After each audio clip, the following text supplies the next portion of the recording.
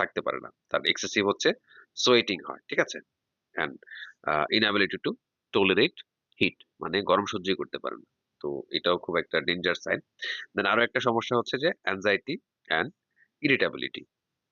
তো এটাও মানে বেশিরভাগ ক্ষেত্রে থাকে যে মানে খুব মানে দেখা যায় খুব বেশি অবসাদে এই ধরনের পেশেন্টরা ভুগে থাকে। দেন নার্ভাস হয়ে যায়। দেন আপনার দেখা যায় হাত কাঁপে, এরকম হতে পারে। যে কোনো কাজে বিরক্ত ফিল করে। এটা হলেও, এটা যদি দীর্ঘদিন চলতে থাকে সেক্ষেত্রে কিন্তু আপনি সাবধান হতে হবে বা থাইরয়েড টেস্টের কথা চিন্তা করতে হবে।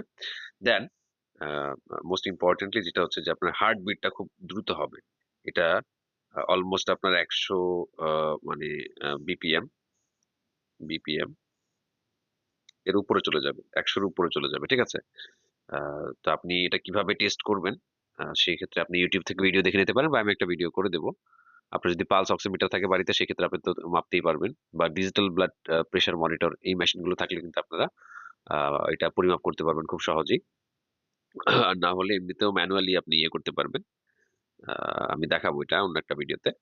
তো সবচেয়ে ভয়ঙ্কর একটা মানে লক্ষণ যেটা হচ্ছে যে দেখেন, এই যে বাল্গিং আইস, এটা খুবই ভয়ঙ্কর। মানে আমরা সাধারণত ভয় দেখানোর জন্য অনেককে এরকম চোখ বের করে বাচ্চাদেরকে ভয় দেখানোর জন্য এরকম অনেক সময় অ্যাক্ট করি না? তো এটা কিন্তু বাস্তবে হয়ে যায়। এটা একবারে হয়ে যায়। এটা এরকম হয়ে গেলে দেন আপনার আহ, বুঝতে হবে যে থাইরয়েডের সমস্যা হচ্ছে। মানে থাইরয়েড হরমোন খুব বেশি পরিমাণে হচ্ছে রিলিজ হচ্ছে।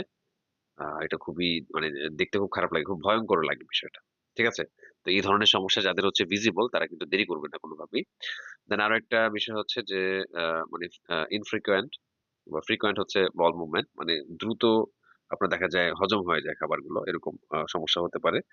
দেন হচ্ছে আপনার আহ, খুব বেশি পরিমাণে হচ্ছে ডায়রিয়া, খাবার অনেক ক্ষেত্রে হজম নাও হতে পারে ঠিক মতো।